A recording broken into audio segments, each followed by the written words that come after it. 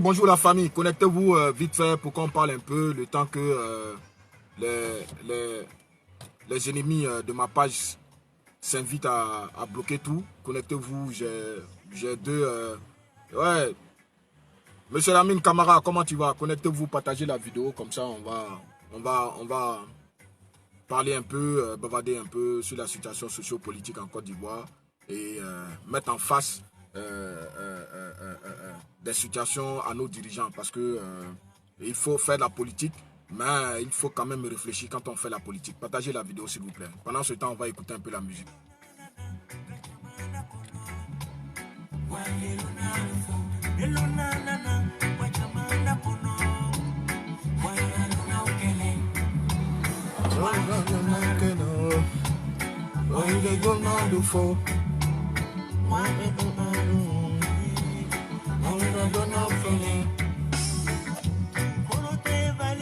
Mon ventre n'est pas valise, vous connaissez valisier.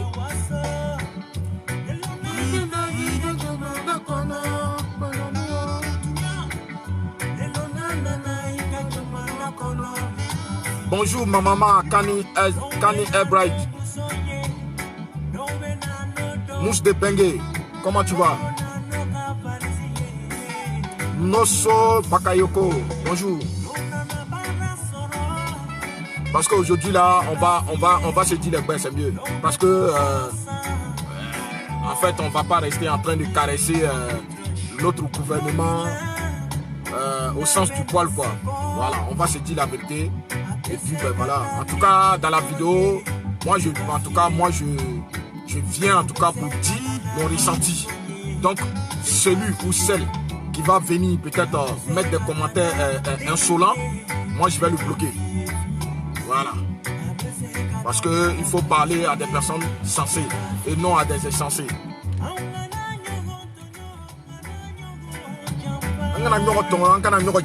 Merci, grand frère Ismo.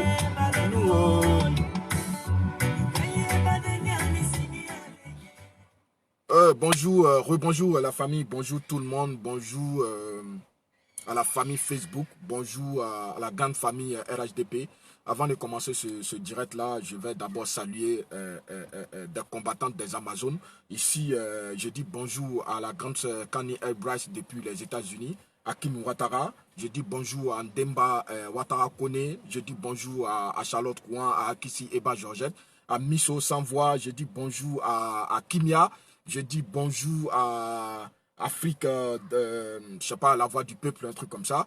Je dis bonjour à Barakissa, bonjour à Koro, en tout cas, bonjour à toutes ces femmes-là, à Maïssé Touré, bonjour à toutes ces femmes-là aujourd'hui qui ont un temps soit peu mis la politique au devant et qui ont même peut-être bravé parfois les foyers pour être dans les activités du parti. Ce sont ces dames qu'il faut vraiment ovationner à tout moment, à tout instant, lors de nos directs, parce que c'est pas permis à toutes les femmes, c'est pas permis à tous les hommes. Et je dis bravo, je tire un chapeau au mari de toutes ces femmes-là, parce que avant que ces femmes-là viennent combattre sur la toile, c'est que quelque part, leurs maris sont consentants, c'est que quelque part, leurs maris aussi sont des combattants. Donc, bravo à vous, je vous dis merci et recevez mon salam depuis vos différentes positions.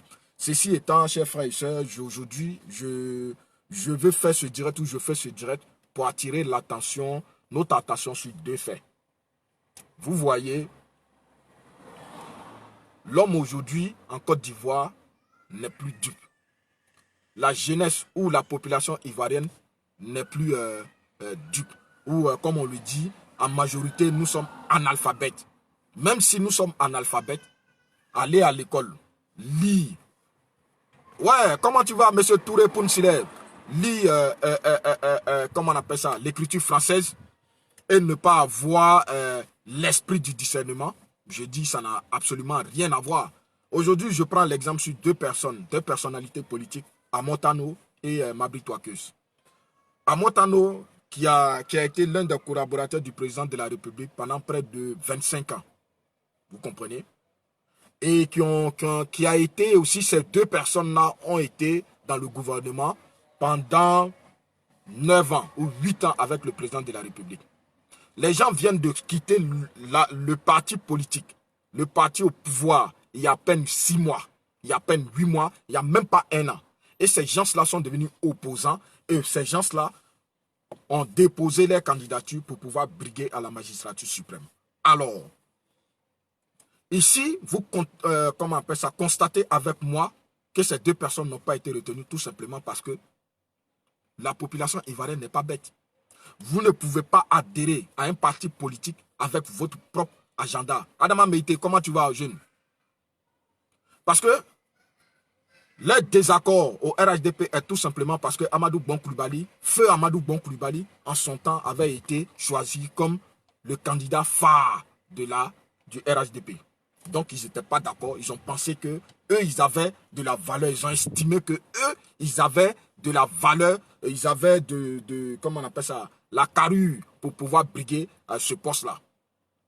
Mais ils n'ont pas pensé que en politique, on parle de démocratie. Et quand on parle de démocratie, on parle de la majorité. La majorité a désigné quelqu'un, mais les deux personnes-là disent que eux, ils ne sont pas d'accord.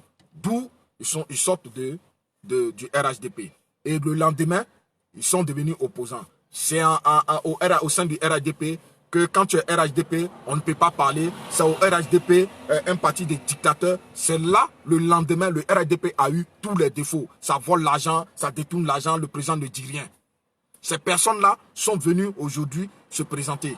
Ils n'ont même pas pu regrouper le nombre de parrainages qu'il fallait. Donc vous comprenez qu'aujourd'hui, l'Ivoirien n'est pas bête. L'Ivoirien n'est pas dans une politique de secteur. L'Ivoirien n'est pas dans une politique d'ethnie. Et ces personnes-là, aujourd'hui, après le rejet de leur candidature, tirent à boulet rouge sur le gouvernement avec notre président à la tête, son excellence Alassane Ouattara. Pour dire qu'en Côte d'Ivoire, il n'y a que des personnes malhonnêtes en politique. Pour dire qu'en Côte d'Ivoire, toutes ces personnes que nous voyons aujourd'hui, qui se battent corps et âme là dans la politique, ceux en qui on a confiance, c'est que des malhonnêtes. Sinon, comment comprendre que des personnes qui sont dans un parti politique pendant près de 20 ans et d'un coup se retirent de ce parti politique-là et trouvent maintenant tous les défauts à ce parti politique-là, traitent ce parti politique d'un parti de dictateur, traite de ce parti politique comme quoi quand on est là, quand on est là-bas, on ne peut pas s'exprimer, on n'est pas libre des mains, on n'est pas libre de s'exprimer. Mais aujourd'hui, le peuple a tranché. Des personnes qui n'ont aucun projet de société, des personnes qui n'ont aucun programme de gouvernement. Amotano, dans son interview la dernière fois sur CNews, NCI, qu'est-ce qu'il a dit? Et il a dit, on lui a posé la question, Amotano, est-ce que tu as une fois pensé un jour être président de la République? Il dit non. Et pourtant, pour être président de la République, c'est quelque chose qui se mûrit si des décennies et des décennies. Parce que c'est la vie de tout un peuple qu'on met dans ta main. C'est-à-dire que toi, tu n'as jamais pensé à être président de la République. C'est-à-dire que sur la base, tu n'es pas encore prêt. Mais parce que Amadou Bon a été pris et que toi, tu n'es pas d'accord là, il faut que toi, tu viennes présenter ta candidature. Bon, voilà des candidats comme ça.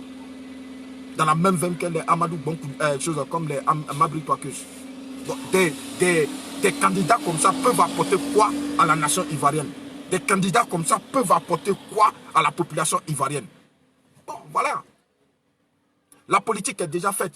Que Dieu sauve la Côte d'Ivoire. Parce que nous, franchement, tous les politiciens ivoiriens, tous les politiciens ivoiriens, moi à mon avis, sont que des menteurs, sont des malhonnêtes. En fait, intellectuellement, ils sont malhonnêtes et naturellement, ils sont aussi malhonnêtes. Parce que toi, la Côte d'Ivoire ne se gère pas, un pays ne se gère pas comme on appelle ça, une classe. Quand on devient chef de classe là, c'est quand on t'a élu et après, on te dit, voilà ce que tu dois faire. Un chef d'État, pour être président de la République, il faut avoir au préalable, un projet de société, un projet pour le pays, un projet de développement pour le pays, un projet social pour la population. Maintenant, si tu es bro, si toi tu n'as pas tout ça, tu fais quoi? Tu fais quoi là si ce n'est pas de la provocation? Pour venir provoquer, c'est-à-dire que toujours dans le système de dénigrement, dans le système de va-t-en-guerre, on va salir plus le pouvoir pour pouvoir attaquer demain. On va noyer le pouvoir pour pouvoir s'affirmer demain dans une insurrection. En tout cas, prions Dieu, que Dieu dans sa bonté met la main sur la Côte d'Ivoire. Parce que en réalité, le problème de la Côte d'Ivoire, ce n'est pas la population. C'est en vérité les hommes politiques, la malhonnêteté intellectuelle des hommes politiques. C'est des projets de personnes. C'est-à-dire que tous ceux-là, ils se battent pour leurs propres personnes. Rien ne se bat pour la Côte d'Ivoire, sauf le gouvernement qui est en place actuellement. C'est Alassane Ouattara et son équipe, depuis l'opposition, se battaient pour le peuple ivoirien. Et quand ils sont arrivés au pouvoir, on voit déjà ce qu'ils ont fait pour la population, ce qu'ils font pour le pays. C'est ça un gouvernement. M'abris-toi que toi tu prends l'argent qui a été volé, l'argent volé pendant près de 20 ans de gouvernement. Tu prends, tu donnes 10 000 aux jeunes pour aller remplir le palais, palais des sports, pour faire ton congrès. Pour t'auto-désigner président, pour aller, pendant que tu ne peux même pas regrouper le nombre de parrainages qu'il le faut. Bon, ces genres de personnes-là, moi je pense que franchement, ces personnes-là, on devrait leur interdire la politique, quoi. Parce que ces personnes-là ne peuvent rien nous apporter. Un Mamadou Koulibaly, qui a pris tout son temps en train d'insulter ce gouvernement-là sur Facebook, n'est pas capable de regrouper le nombre demandé de parrainage pour consolider sa candidature. Et tous ceux-là viennent aujourd'hui dire que non, le droit n'a pas été dit. Bon, moi, franchement, je ne sais pas. Je ne sais absolument pas. Toi, Mamadou Koulibaly, les Ivoiriens n'ont pas oublié. Toi, tu as pris nos 100 millions. Tu as été candidat. On a pris 100 millions pour subventionner ta candidature. Tout ça pour que tu puisses faire ton programme de campagne, tout et tout. Mais tu as pris les 100 millions, tu as dit que tu n'es plus candidat. Mais est-ce que nous, là, on est bête aujourd'hui de toi t'apporter nos parrainages? Donc, c'est ça le vrai problème. Et c'est ce ramba-là, comme on le dit en Côte d'Ivoire, c'est ce ramba-là aujourd'hui que tu prends. C'est le pot cassé de ton vol, de ton braquage de 100 millions de la dernière fois aujourd'hui que la population t'a donné d'eau. Et tu viens nous donner une autre explication comme quoi l'État te devait 100 millions. Mais l'État te devait 100 millions là. Ça, c'est autant de babou. Ça, c'était autant. Vous-même, vos propres temps là-bas. Pourquoi tu n'as pas pris? Même si on dit l'État, c'est une continuité. Tu pouvais faire battre ton campagne et puis réclamer maintenant ton chèque de 100 millions. Maintenant, pourquoi profiter de quelqu'un qui te donne une somme destinée précisément à tes élections? Et tu prends, tu dis que non, ça, tu prends cet argent-là par rapport à ce que l'État te devait avant. Ça, c'est du vol. Ça, c'est de la malhonnêteté. Ces gens de personnes-là, bon, devraient avoir honte pour venir s'arrêter devant la population ivoirienne comme quoi je veux devenir président. Quelqu'un qui vole vis-à-vis de tout le monde. Qui vole, c'est-à-dire que sans visage caché, quelqu'un qui vient à visage découvert, qui nous vole notre argent, 100 millions. Et 5 ans après, cette même personne-là vient pour dire je veux être président. Bon, l'Ivoirien maintenant vous montre qu'on réfléchit. L'Ivoirien montre maintenant qu'il y a un Ivoirien nouveau. Parce que ça aurait été, si c'était avant, Mamadou Koulibaly, peut-être qu'il serait encore candidat. On allait partir le voter. Mais les gens ont compris. Les gens ont compris que vous êtes là que pour votre propre gueule et votre propre ventre. Si vous avez le ventre rempli, c'est bon pour vous. Mais la politique ne se fait pas comme ça. La politique, nous avons dépassé ce stade de politiciens-là, des politiciens véreux, menteurs, voyous. Nous avons dépassé ce stade-là. Non, m'abrite-toi que lui, il a pensé que le peuple mandé allait se mettre derrière lui quand il allait à l'ouest la dernière fois où il disait c'est notre tour, le peuple mandé. Mais nous, on s'en fout de ça. Alassane Ouattara fait déjà nos problèmes. Alassane Ouattara n'est pas au pouvoir pour dire que non, il est seulement que pour les Sénégalais.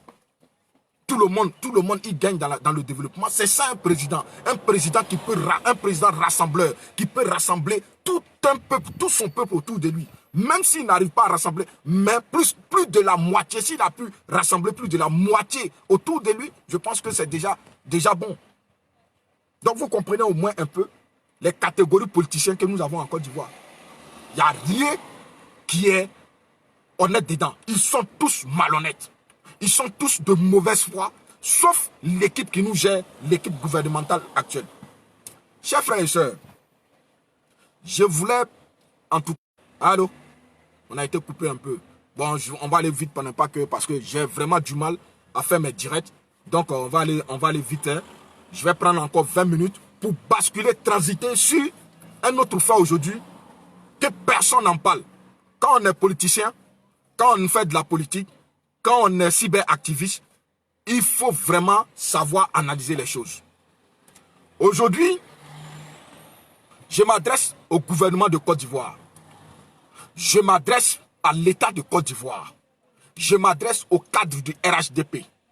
En première personne, le président de la République et son premier ministre et le ministre de la Défense. J'ai dit, d'après les Ivoiriens, vous êtes dans quoi avec nous? Vous êtes dans quoi avec nous?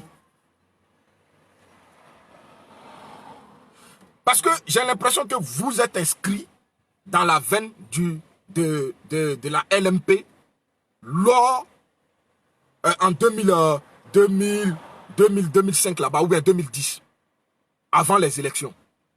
Parce que là, Gbagbo et sa clique disaient on gagne ou on gagne. Mais je pense que le gouvernement d'Alassane Ouattara est en train de s'inscrire dans cette logique-là, ça s'en rend compte.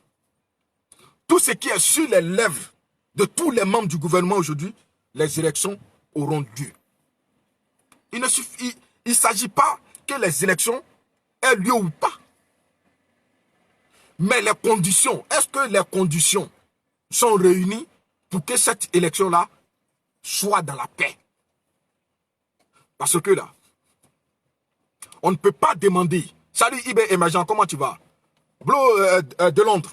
C'est-à-dire qu'on ne peut pas dire aux gens aujourd'hui que nous allons aux élections. Pendant que aucun cyberactiviste, vous avez sensibilisé les gens. On a sensibilisé, on a interpellé les uns et les autres. Dieu même qui nous a fabriqués là, qui nous a créés. Il a dit, croyez en moi et je vous donne le paradis. Ça c'est nos sentences. Dieu qui nous a créés là, il a mis des sentences, il a mis 2 sentences, 4 sentences sur son être. 2 sentences sur cette terre et encore 2 sentences à l'au-delà. Il a dit, si vous croyez en moi, je vous donne ce monde-là et je vous donne le monde de l'au-delà. Si vous ne croyez pas en moi, je vous rends chétif dans ce monde et votre dernière destination sera l'enfer. Des personnes, depuis longtemps, sont dans leur logique, qui ont été manipulées. Des personnes qu'on leur a fait des lavages de cerveau, des personnes, des innocents, nos petits frères qui sont manipulés par certaines franges de l'opposition. En l'occurrence, le FPI. Aujourd'hui, ces personnes se donnent à des actes de vandalisme. Nous, les cyberactivistes, on a fait la politique. On a sensibilisé. On a montré les biens de l'État. On a montré ce que Alassane Ouattara et son gouvernement ont apporté à la Côte d'Ivoire. On a sensibilisé. On s'est dit quoi? Si Alassane Ouattara se mettait au travail, la Côte d'Ivoire allait se réconcilier. Il y en a plein qui passent sur le direct de l'ADI, qui font des témoignages, qui rejoignent le RHDP par le travail du président et au sommet, notre sensibilisation. C'est-à-dire que nous qui sommes cyberactivistes, on a vu des cyberactivistes de l'opposition qui ont rejoint notre combat. Et ça, c'est grâce à notre combat. Maintenant, le noyau dur là, le cancre, les voyous déguisés en militants, qui cassent tout, qui brûlent tout. Qu'est-ce que vous dites? Qu'est-ce que vous avez mis pour cela? Parce que quand on parle, vous dites non, il n'est pas encore l'heure, il ne faut pas parler, il faut vraiment, et quand ça va finir, les gens sont là, ils veulent salir le pouvoir d'Alassane Ouattara. Nos frères qui ont été tués à Béoumi, nos parents qui ont été tués à Daoukro, nos parents qui ont été tués à Bonois, c'est ceux-là, les cadavres-là, qui vont laver le pouvoir d'Alassane Ouattara. Aucun cyberactiviste n'arrive à dire la vérité sur ce côté-là. Mais nous n'allons pas faire la politique de l'autruche, baisser sa tête entre ses jambes et ne pas regarder l'horizon. S'il y a des situations, il y a des situations aujourd'hui qui émanent notre gouvernement là. Mais parfois, il faut trouver des mots pour le dire. Nous sommes ici. Nos frères qui sont tués, c'est parce que personne ne brûle vos voitures en Côte d'Ivoire. Vous n'êtes pas encore victime de ces voyous-là qui ont brûlé peut-être un taxi ou un gros camion. Que toi, tu as mis près de 10 ans ici en train de chercher l'argent. Tu as trouvé 25 millions. Tu as mis ça dans un gros camion. Tu as envoyé en Côte d'Ivoire. Et puis, grâce à ces lâches-là, ces voyous déguisés en militants vont brûler. Et ce gouvernement lâche-là ne protège pas toi, ton matériel. Pourquoi quand eux ils dorment chez eux à Cocody là, la nuit ils prennent les militaires pour garantir la sécurité? Pourquoi ils le font? Maintenant pourquoi à notre tour, nous qui nous battons nuit et jour là, nous qui nous sommes affichés, nous n'avons pas de sécurité là, nos biens ils n'arrivent pas à les protéger? Pourquoi? On a été les victimes de Gbagbo Laurent. Tant de Gbagbo Laurent, ils nous ont brûlés. Aujourd'hui, là, ils savent qu'ils ne peuvent pas nous brûler parce que la commission, l'opinion internationale les observe. Ils savent qu'ils ne peuvent pas nous brûler parce que la CPI est dans leur cul. Maintenant, qu'est-ce qu'ils font? Ils ont changé de stratégie. Quand il y a manifestation, cherchons les bacas, cherchons les gros camions, cherchons les domiciles des malinqués, brûlons. Mais depuis l'État de Côte d'Ivoire est en place, depuis cette situation a commencé de Béoumi jusqu'à aujourd'hui là, quel a été le fonds qui a été mis en place pour ces victimes-là? Quel a été le fonds? Parce qu'on ne fera plus la politique parce qu'il faut faire la politique. Moi, je fais la politique pour avoir quelque chose. Et l'État de Côte d'Ivoire, là, ces cadres-là, font la politique pour travailler à notre place. Et nous, on les paye. Je fais la politique pour avoir quelque chose. Ces ministres-là, qui sont aujourd'hui là, avant la politique, ils n'étaient pas ministres. C'est à force de faire la politique, leur récompense à quoi aujourd'hui ils sont ministres. Donc maintenant, nous qui sommes pauvres militants, et nous nous débrouillons pour envoyer nos matériels en Côte d'Ivoire, nous montons nos commerces en Côte d'Ivoire, nous montons nos business en Côte d'Ivoire. Nous sommes victimes de votre politique là. Qu'est-ce que vous faites pour nous?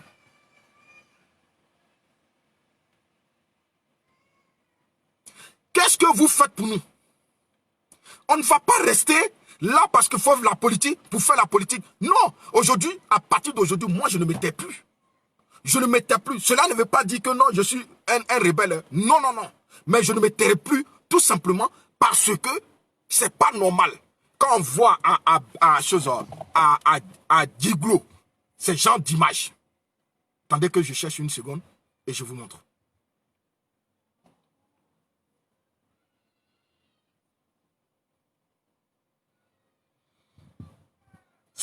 C'est trop. Trop, c'est trop. Parce que si vous cherchez, si vous là, vous cherchez le prix Nobel de la paix là, c'est pas sur nos cadavres vous allez chercher votre prix Nobel de la paix. Si vous cherchez à monter, à être au sommet du monde entier pour dire que vous êtes des hommes de paix là, c'est pas sur notre cadavre. Envoyez vos parents là, ils vont aller les tuer et puis vous allez vous taire et comme ça vous allez avoir votre prix Nobel de la paix. C'est pas sur nous les pauvres. Parce qu'il faut reconnaître, les gens souffrent. Les gens souffrent. 1, 2, 3 là. Ils vont casser maison des gens. Ils vont s'attaquer au gros camion des gens. Même si c'est pour une société. Même si c'est pour une société. Il faut qu'on se dise la vérité. Mais personne d'entre eux là. Tout le monde est sorti. Oui, candidature de ça là a été injectée. Pourquoi lui n'a pas eu candidature? On est d'accord. Ça fait maintenant plus de 10 ans. Vous répétez les mêmes choses. Mais le vrai problème c'est qu'aujourd'hui, quand il y a manifestation là, c'est bar qui est brûlé. Quand il y a manifestation, c'est maison de Djoula qui est incendiée. Quand il y a manifestation, c'est Djoula qui est tué. Ça dit que c'est ça aujourd'hui on doit dénoncer. Parce que en réalité, le gouvernement a réussi tout en Côte d'Ivoire. L'infrastructure, le placement, la position de la Côte d'Ivoire à l'échiquier international. L'État, Alassane Ouattara, en tout cas, rien n'a dit. Mais maintenant, là, c'est que nous subissons, c'est que nos parents subissent au pays, là. Pourquoi on ne veut pas dire? Pourquoi on ne veut pas dire? J'ai entendu un cyberactiviste, je l'attends à tout moment, en train de dire qu'en 2000, il a été victime, ou bien en 2010 ou bien 2005, il a été victime. Ils ont pris sa voiture et son chauffeur, son conducteur, ils ont tué son conducteur sur place et ils ont brûlé je ne sais pas si c'est ça 10 tonnes ou bien 5 tonnes. Mais ça n'a pas été remboursé par l'État de Côte d'Ivoire. Et ça, on peut dire que à ce moment-là, Gbagbo était au pouvoir. Mais nous-mêmes, nous avons combattu un système. Nous sommes au pouvoir aujourd'hui et le même système est là. On ne nous dit rien. Les enfants ont plus confiance à Diokwe. Les enfants ont plus confiance à Bouna. Le ministre de l'Intérieur ou le Premier ministre a fait une conférence. Vous êtes adressé à toutes ces personnes-là. Vous êtes partis dans toutes ces localités-là avec les préfets. Mais ça n'a rien donné. Si ça n'a rien donné là, qu'est-ce que vous faites? Il faut prendre maintenant des mesures braconnières. Mais c'est ce que nous vous demande. Vous ne pouvez pas nous laisser à la merci des voyous parce que vous cherchez à vous blanchir. Vous cherchez à être exemplaire à l'international. Et nous, la pauvre population, nous qui avons nos biens là-bas et qu'on brûle à tout moment, quel fonds vous avez mis? Quel système vous avez mis en place pour nous protéger?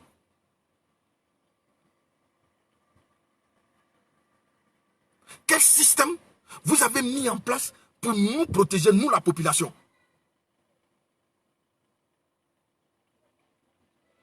S'ils veulent là, qu'ils partent au dépôt de Sotra pour aller brûler tous les bus. Ça, c'est pour la Côte d'Ivoire. C'est un bien commun à nous tous. Et ça, les conséquences là, nous allons assumer nous tous ensemble. Mais les biens privés, qui parlent de sécurité là, la sécurité c'est quoi? C'est la prévoyance. C'est simplement la prévoyance. Ce qui nous différencie, c'est que la sécurité, policiers, gendarmerie, tout ça, militaire là, ça c'est quoi? C'est l'État. Nous sommes de la sécurité privée, mais on a à peu près les mêmes missions. C'est juste la prévoyance, juste la dissuasion. Mais on ne peut pas comprendre que nous sommes laissés et aucun cyberactiviste ne prend, ça dit que des renommés. Quand ceux qui sont connectés, ils ont les 6000, les 600 vues, personne n'en parle. Quand tu parles net, on te dit non, ah ouais, toi là, ton affaire là, c'est comme ça, c'est comme si, non, tu n'es pas clair, hein, ou bien c'est comme ça. Mais on ne va pas rester dans ça, les frères. On ne va pas rester dans ça. On ne va pas rester dans ça. On n'est pas venu simplement pour chercher l'argent ici, pour accumuler l'argent sur nos comptes ici. On a besoin de réaliser quelque chose. C'est cet objectif-là qui a fait que nous sommes arrivés sur le peigne.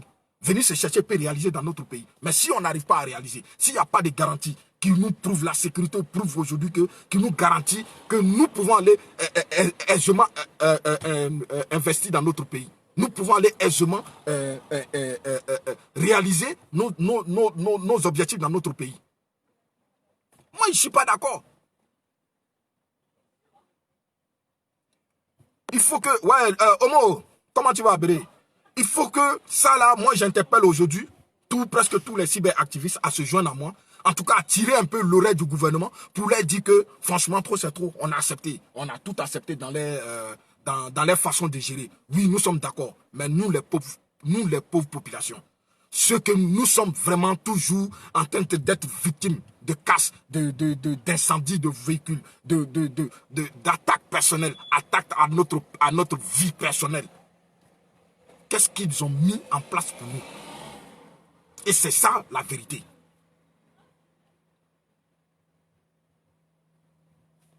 J'avais oublié.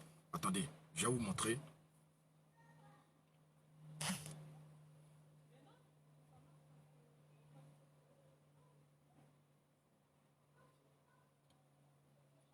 Ne quittez pas, hein. Je vais vous montrer des photos. Ça va? Ok. Ça. Hein? Ces gros camions là appartiennent à qui? On a des gros camions là. Regardez. C'est-à-dire que des gens se sont inscrits dans une logique de faire que du mal au peuple malinqué. Et puis, rien n'a été mis en place pour aller vers ces jeunes-là, pour leur expliquer. Parce que ça a été mis dans la tête de ces personnes-là qu'il faut que la Côte d'Ivoire revienne aux vrais Ivoiriens. Comme si c'était des Chinois qui étaient en train de diriger actuellement la Côte d'Ivoire. Mais je pense que ça serait mieux que nous tous, nous nous mettons ensemble, qu'il y ait une commission dans ces différentes localités pour aller expliquer à ces jeunes-là que ce qu'ils font, c'est de la voyousie. Et après, nous pouvons mettre l'État peut mettre des mesures sécuritaires pour pouvoir protéger ces gros camions. Nous savons que le lendemain de cette proclamation-là, il allait avoir des manifestations. Mais rien n'a été fait. C'est-à-dire que les gens sont en train d'ignorer la force de l'opposition.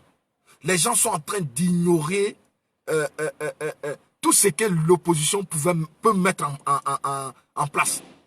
Voilà pourquoi je dis que l'État est en train de s'inscrire petit à petit dans l'esprit de Babo et Sakri quand il disait on gagne ou on gagne.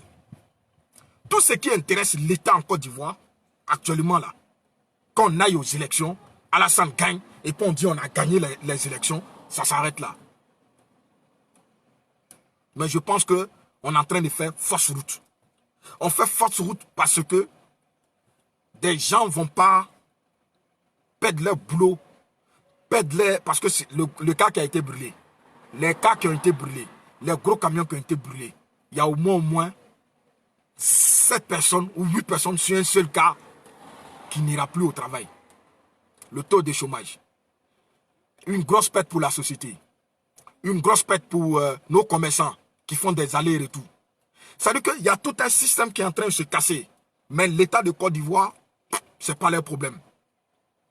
Moi, j'interpelle aujourd'hui que les uns et les autres essaient de faire des vidéos. Ceux qui ont des voix qui portent, ceux qui ont des voix qui partent loin. J'aimerais franchement, je vous exhorte à faire des vidéos pour interpeller un peu nos autorités afin qu'elles puissent sécuriser quand même notre matériel. Le matériel privé. Parce que on ne va pas rester à tout moment que de parler de politique, que de présenter les infrastructures, que de présenter des choses qui ont été faites. Nous le savons depuis 5 ans. Mais nous demandons simplement à l'État de Côte d'Ivoire qu'il protège nos biens et qu'il protège la population qui est stigmatisée depuis. On peut sécuriser tout le monde ensemble.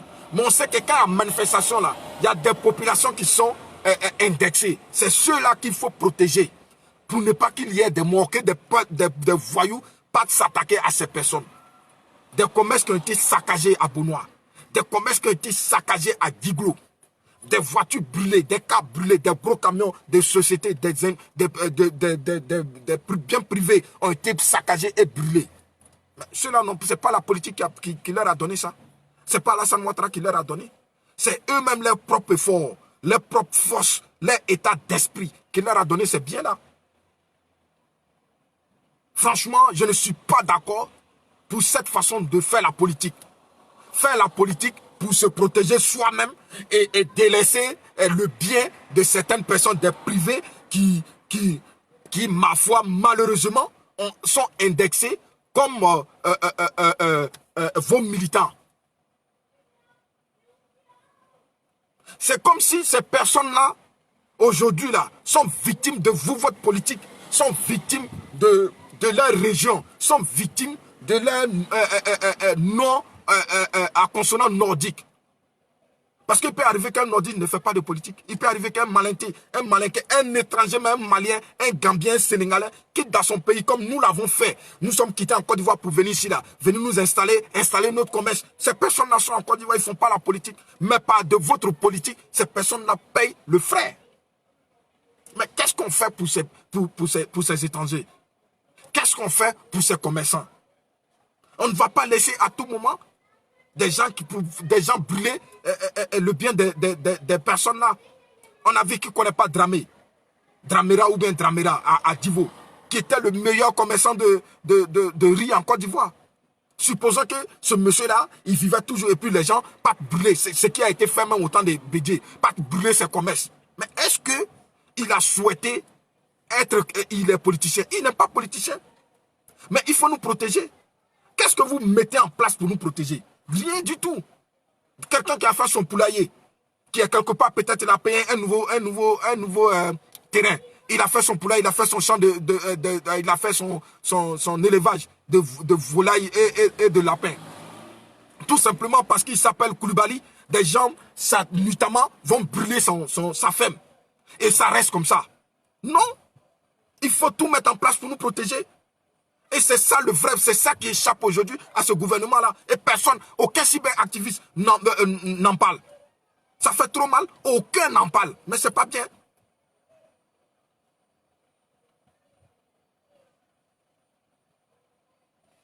Toujours à la recherche d'être plein à l'Occident. Toujours à la recherche d'être plein comment on appelle ça, à l'extérieur, à l'opinion internationale. Mais Joe, quand on vous dit là, tu es trop grand là, essaie de te tordre un peu pour rétrécir ta taille. Quand on dit tu es cool là, fais l'effort pour grandir. Tiens, on vous traite que vous êtes président de l'étranger. Vous êtes président d'Alassane de la France, de Macron, de Sarkozy. Mais arrêtons un peu. Il faut taper un peu le poing sur la table. On ne peut pas avoir un État dans un État. C'est cette lassiste-là qui a fait que la rébellion a eu raison sur Babo Laurent. Les gars, arrêtez un peu. Chaque jour, les enfants sont en train de prendre confiance. On a vu un moment pour manifester en Côte d'Ivoire, mais on ne demandait même pas à l'opposition. Ils n'avaient même pas qu'un pour sortir. Mais aujourd'hui, là, ils sont en train de prendre de l'ampleur. Moi, j'ai fait un rêve de hier nuit à aujourd'hui. Ça, c'est pas de voix, c'est pas mensonge. J'ai fait un rêve que ces enfants-là ont été tellement, ils sont confiants là. Ils sont venus, on était dans une manifestation à Yopougon. Des individus sont venus, ils ont sorti des sciés canons, ils ont commencé à tirer sur la foule. Ils ont commencé à tirer sur la foule. Bon, supposons aujourd'hui même là, que c'est la même. Nous savons que toutes les armes qui ont été distribuées pendant la post-crise électorale, nous savons que tout n'a pas été rattrapé. Bon, supposons que pendant le temps d'élection là, des personnes viennent pour tirer sur une foule.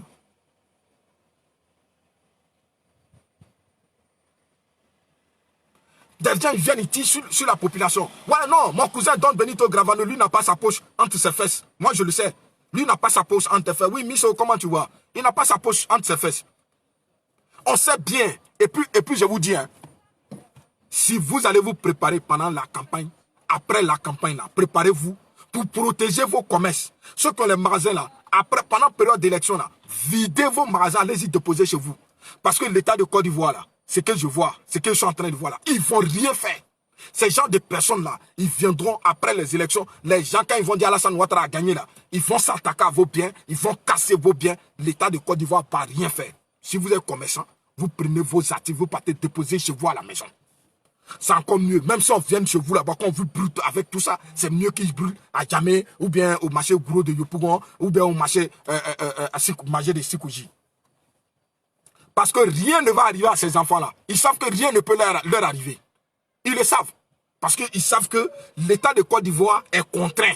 Se dit non, on veut plaire aux gens. Ils se sont mis une condition. On veut plaire aux gens. Non, mon frère Drissa, c'est pas une histoire de dire il n'y a rien champion. C'est ça qui est en train de faire aujourd'hui que, parce que celui qui a été tué à Béoumi, c'est parce que tu n'as aucun lien familial avec lui que tu dis il n'y a rien.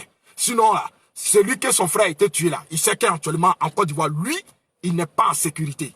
Lui, il reconnaît qu'il n'est pas en sécurité. Celui qui a sa maison, son magasin de bazin, son magasin de yaourt qui a été saccagé à Beaunois là, lui, il se dit qu'il n'est pas en sécurité.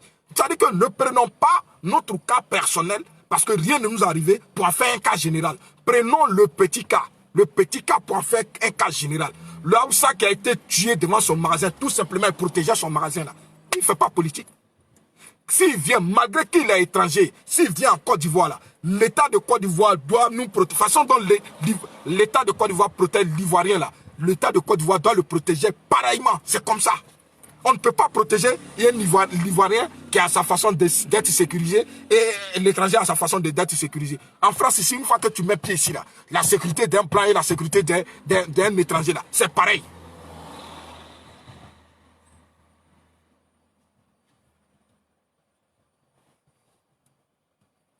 Non, en tout cas, je n'accuse personne comme si. Je n'accuse personne. Mais le problème, c'est quoi? C'est qu'il y a vraiment un silence qui éclate les oreilles sur la sécurité en Côte d'Ivoire. Il y a un silence aujourd'hui qui fait de telle sorte que l'Ivoirien n'arrive plus ça dit qu'en tout cas, c'est lui, l'Ivoirien, qui est inscrit dans l'entrepreneuriat, l'Ivoirien qui est inscrit dans le savoir se chercher pour se nourrir là, il ne se sent plus en sécurité. Ce silence du ministre là ne nous met pas en sécurité. Et n'accusons pas trop le ministre parce que il y a des conseils de ministres. Il y a des conseils de sécurité. Le président préside. Le président est d'abord le président a d'abord la sécurité en main. C'est lui d'abord le premier garant de notre sécurité avant Godo et Ahmed Bakayoko en son temps.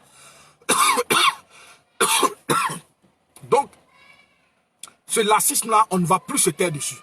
On ne va plus se taire dessus parce qu'on ne va pas voir des individus déguisés, des voyous déguisés en militants qui s'attaquent à nos biens à tout moment, qui brûlent nos biens à tout moment et que l'État est là. En France ici, nous avons nos voitures assurées. Quand j'ai un parking devant la cour, j'ai le tarif à payer. Quand j'ai un parking au sous-sol de ma maison, j'ai un tarif à payer qui est moins cher par rapport quand je garde ma voiture. Donc, tous ces critères-là sont pris en compte. Et lorsque ma voiture a un bobo, on va, même si l'assurance vient avec un expert, il vient et regarde, même si l'assurance ne veut pas payer, quand on va à la justice, le juge sort le livre rouge de la loi pour dire, voilà ce qui a été prévu par la loi pour ça, en cas de ça, en cas de ça, en cas de ça. Donc, l'assurance là, l'assureur est obligé de subventionner ton incendie ou ton incident. Donc vous voyez, mais la Côte d'Ivoire là, c'est pas ça. Nous savons bien que quelqu'un qui a assuré même là, ta voiture fait accident, tu as raison. Ça veut dire qu'on ne paye pas ton ayant. Et puis même si tu prends un avocat pour partir, l'assureur préfère donner de l'argent à ton avocat et au juge pour pouvoir rejeter du revers de la main ton dossier. Nous savons tous comment la justice fonctionne en Côte d'Ivoire. Donc on ne peut pas dire aux uns ou aux autres que non, il faut assurer son commerce, il faut assurer. Combien de commerces en Côte d'Ivoire est assuré? Combien de commerces aujourd'hui en Côte d'Ivoire n'est pas dans l'informel? Il y en a combien? Nous savons aujourd'hui que la Côte d'Ivoire là, retire son plus gros économie dans le secteur informel, à part les ports là. Il y a quoi? Les ports et les frontières. Quoi nous apporte? Nos parents sont seulement que dans l'informel. Mais pourquoi on ne peut pas protéger? Si vous n'avez pas essayé même d'organiser l'informel, vous n'avez pas aidé nos parents, nos frères à sortir de l'informel. Mais il faut les protéger. Il ne faut pas les laisser à la vindicte de certaines personnes.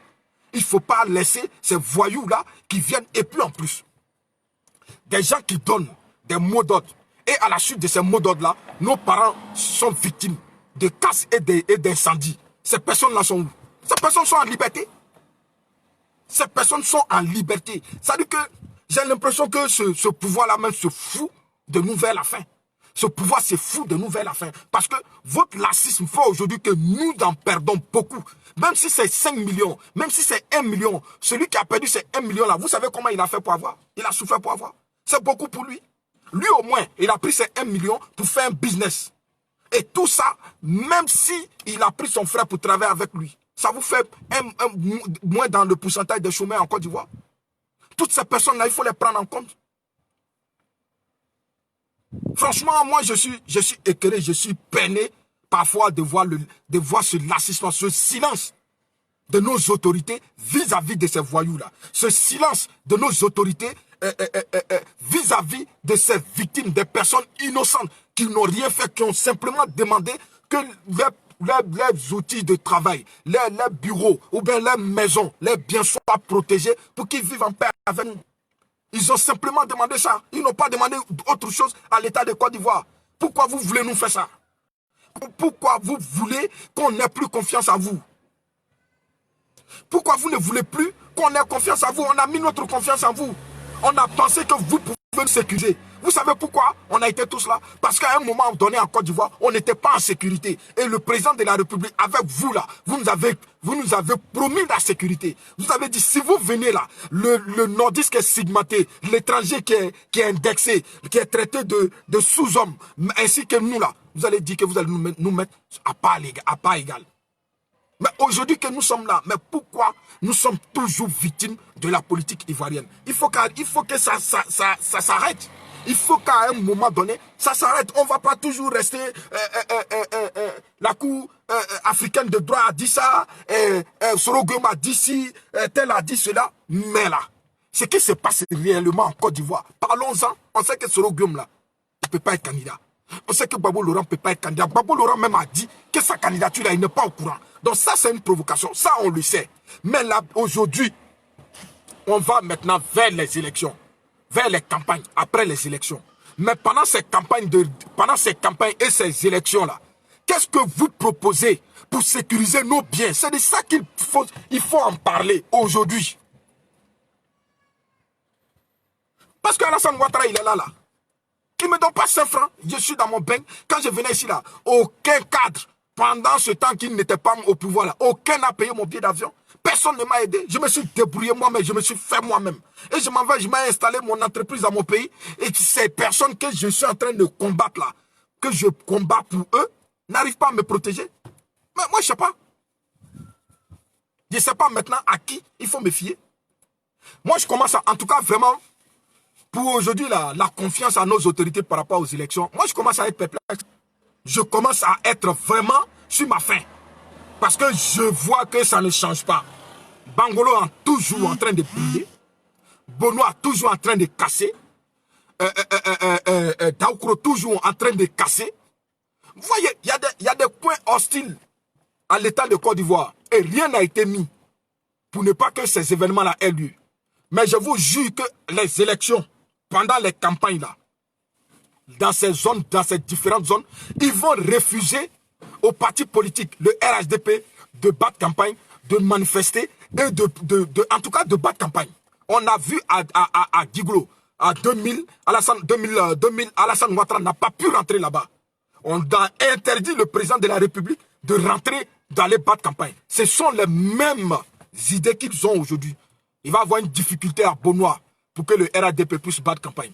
Il va avoir une difficulté à Guiglo pour que le RHDP batte campagne. Il va avoir une difficulté à Bonois et à Daoukro pour que le RHDP puisse s'exprimer. Parce que c'est leur vocation, c'est ce qui est dans leur tête. Parce qu'ils ont vu, ils ont pesé l'État de Côte d'Ivoire. L'État de Côte d'Ivoire ne pèse pas. Au plan sécuritaire, l'État ne pèse pas. L'État ne fait rien. Le grand Apollo s'est déplacé pour aller à Daoukro, aller sensibiliser, parler aux chefs du village, parler aux autorités religieuses. Tout le monde. Mais ça a repris. Bono a pareil. Ça veut dire que nos autorités se lèvent pour aller parler à la jeunesse. Ils prennent ça, leurs paroles, ils prennent les paroles de nos autorités. Ils essuient leur cul. Excusez-moi avec. Ils essuient leur cul à ça. Et puis passent. Des enfants impolis. Toi-même, ton propre enfant à la maison. Quand tu lui parles, il n'écoute pas. Qu'est-ce que tu fais? Tu tires ses oreilles. Tu tires ses oreilles. Qu'est-ce qui vous empêche à envoyer une unité aguerrie pour aller fouetter une fois ces enfants-là? Ce sont nos enfants. Nous sommes tous vos enfants. Il faut quand même parfois laisser la démocratie européenne. Il faut parler un peu de nos traditions. Un enfant impoli, un enfant qui ne respecte pas son père est bien à fouetter. C'est comme ça. Ça, c'est partout. Mais vous êtes là, non, ils veulent mettre du sang sur la main du président, donc ils sont en train de mettre ils veulent pas, le président ne veut pas salir ses mains. Maintenant là, grâce à lui, nous on est en train de se faire tuer. C'est-à-dire que lui se protège sur nos corps. Pourquoi? Moi je ne peux pas accepter ça. Moi je ne peux pas accepter ça. En Côte d'Ivoire, quand ça commence à mettre là, on s'attaque au bien des Ivoiriens. Et puis en plus, le problème est maintenant, avant, d'autant de Gbagbo, Bédié, quand il y avait un problème, on s'attaquait aux Libanais, on cassait les magasins parce qu'on dit qu'ils avaient l'argent que les Ivoiriens. Mais aujourd'hui, c'est pas ça. Hein. Ces Ivoiriens, les Marocains, tout le monde vit en paix. Mais quand ça commence là, c'est le pauvre commerçant qui est au marché gros là. On cherche sa table, on essaie de casser, on met feu dedans. Le pauvre commerçant qui a son petit commerce de jus, on sait que c'est un djoula, ou bien c'est un malinqué, ou bien un malien, on met feu dans son magasin. Mais attendez, on est dans quel pays? D'après les Français, on est où là? On est où? On est où? Un président qui n'arrive pas à protéger ses propres militants. Mais on va où? On va où? Vous saviez déjà qu'il y a eu une unité, il y a déjà manifestation à Diokoui. Mais l'axe Giglo, l'axe Diokoui là, il faut protéger. On a Man, on a Daloa, on a des escadrons là-bas. On peut déporter ces gendarmes là-bas. On sait que Man là, il n'y a jamais manifestation. On sait que Daloa, il n'y a jamais manifestation.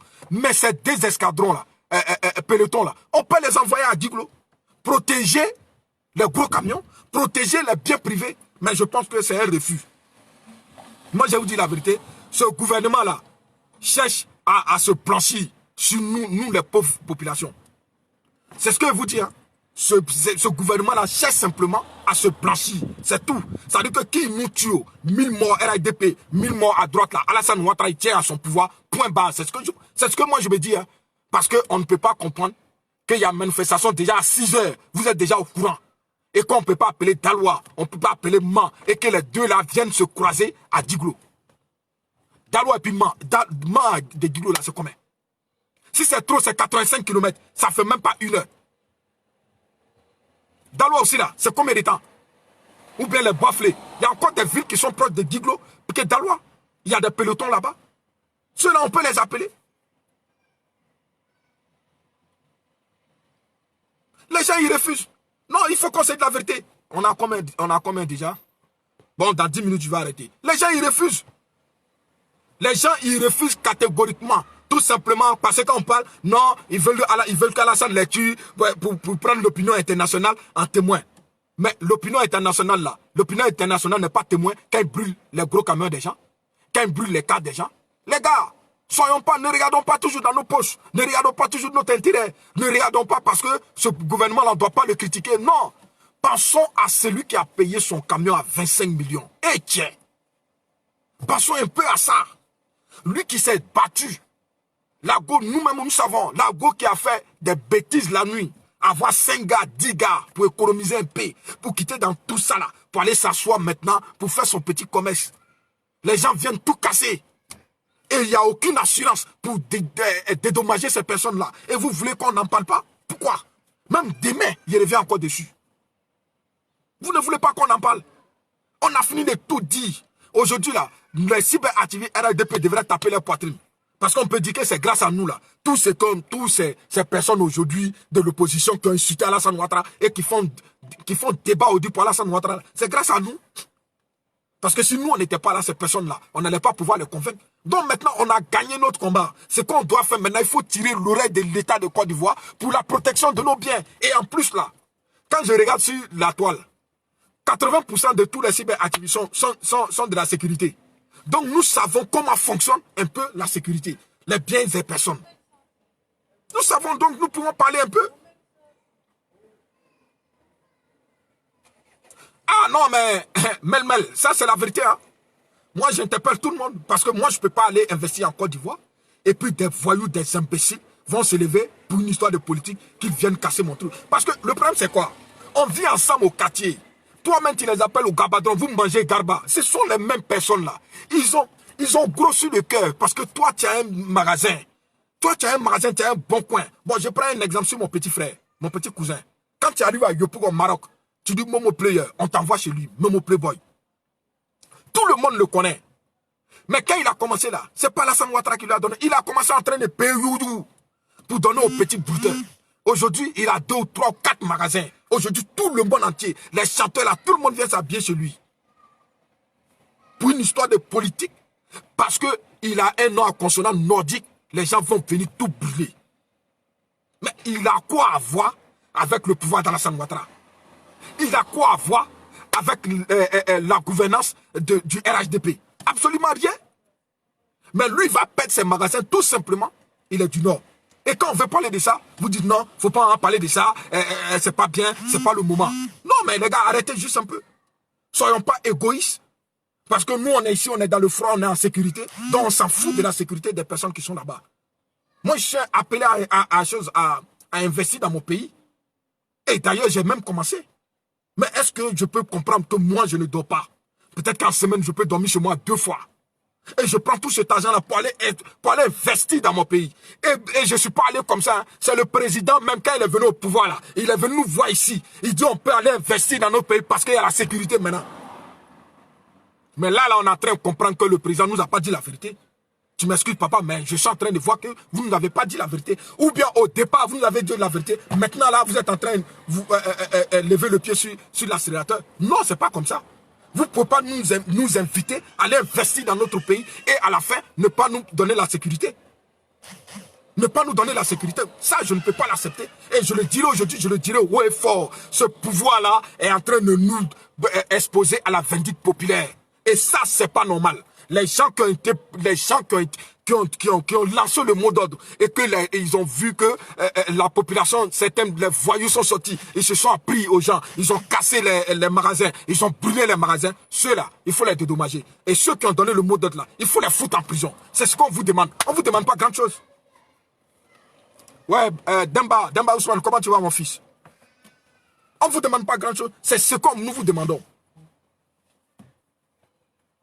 Alassane Ouattara a fait ça, 5e pont, 17e pont, 8e pont, on est d'accord. Tu es en train de faire ça, on est d'accord. Mais pendant ton pouvoir là, avant ton pouvoir, ceux qui se sont construits eux-mêmes, ils ont tout perdu. C'est de ça qu'il faut parler. Qu'est-ce que tu fais pour ces personnes-là? On ne va pas rester en train de se voiler la face. Non, il a construit pont, il est en train de faire route, il est en train de faire ci. Mais pendant que ceux qui toi-même tu es en train de faire route pour eux là, avant que toi tu n'arrives,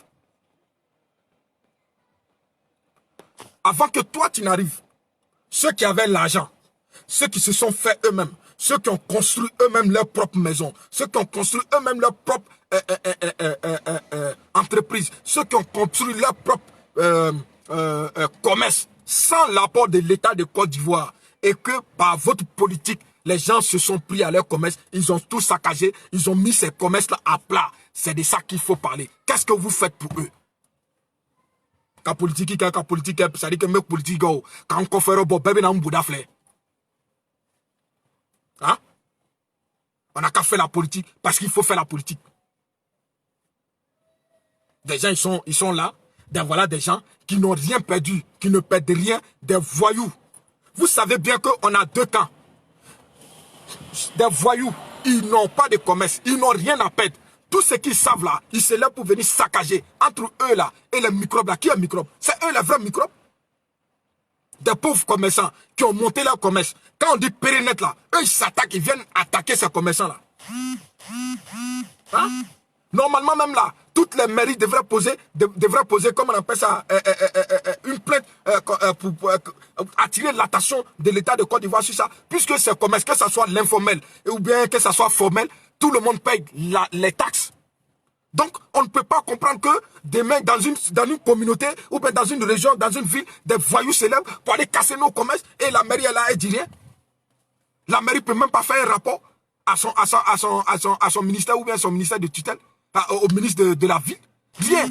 Et les gens sont là, à tout moment, on est en train de parler que de la vie. Oui, Soro a fait ça, Soro a fait ci. Alassane Ouattara a construit 10 ponts, il va construire 50 ponts. Mais on n'est pas dans ce débat-là. Le vrai débat aujourd'hui, celui qui paie là, par la faute de la politique ivoirienne, qu'est-ce qu'il gagne en retour?